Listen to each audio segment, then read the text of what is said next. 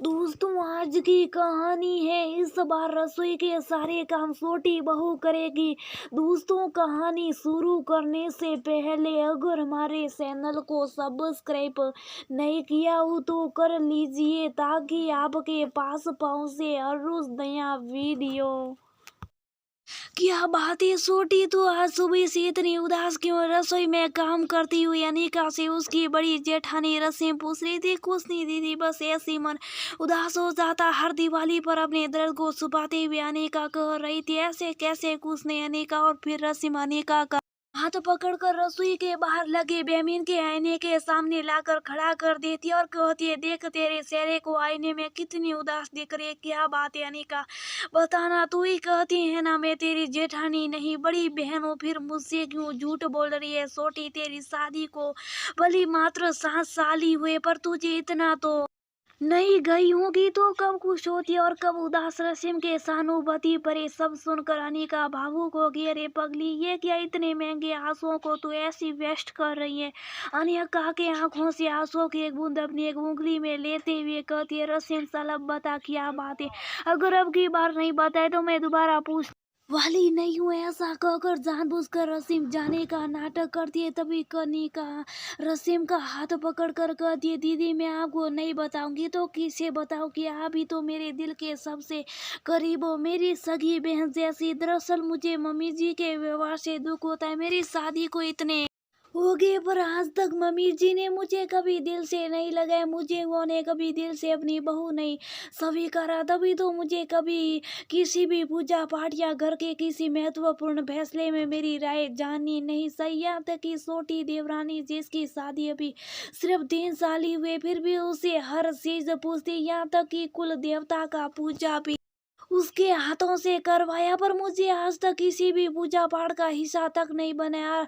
हर दिवाली पर मैं घर के एक एक कोने की सफाई करती हूँ ताकि लक्ष्मी जी का वास रहे इस घर में, पर मम्मी जी हमेशा इस घर की लक्ष्मी का कभी सम्मान नहीं करवाई। कितनी शौक से हम तीनों पति पत्नी बच्चे तैयार होते है कि इस बार शायद हमें मम्मी जी लक्ष्मी पूजा करने का अवसर दे दे, पर नहीं, यहाँ तो आपके और भैया जी के हाथों होती थी लक्ष्मी पूजा। यहाँ उस लाडली मन्नू और देवर जी के हाथ होती है। क्या हमारा कोई अधिकार नहीं इस सेवा पर?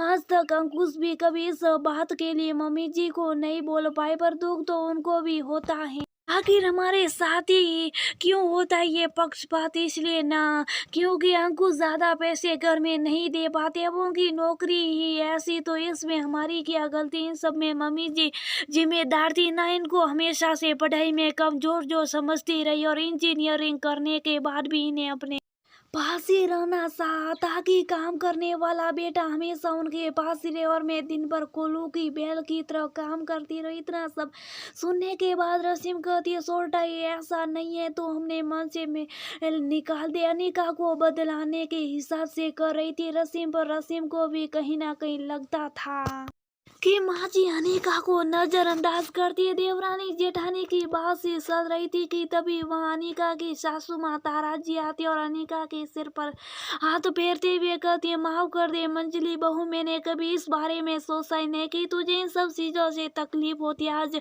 तक तूने या अंकुश ने ये जाहिर नहीं होने दिया कि तुझे भी इन जिम्मेदारियों को उठाना है।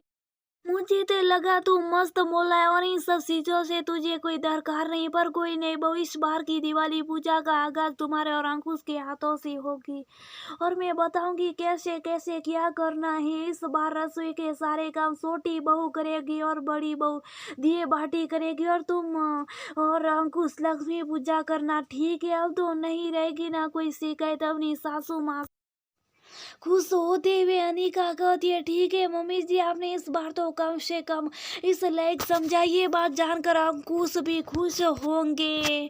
मम्मी जी किस बात पर खुश होऊंगा मैं? अनिका कहते हुए अंकुश भी रसोई की तरफ आप माफ करते बेटा अंकुश, मैंने कभी तुझे और अनिका बहू कोई शुभ काम नहीं करवाया, पर इस दिवाली पर शुभ काम तुम दोनों के हाथ ही करवाऊंगी, चाहे पूजा हो या नहीं दुकान की पूजा, इस बार तुम दोनों के हाथों ही होंगे ये शुभ काम। अब खुश है ना बेटा? अंकुश के गालों पर हाथ लगाते हुए कहती हैं तारा जी।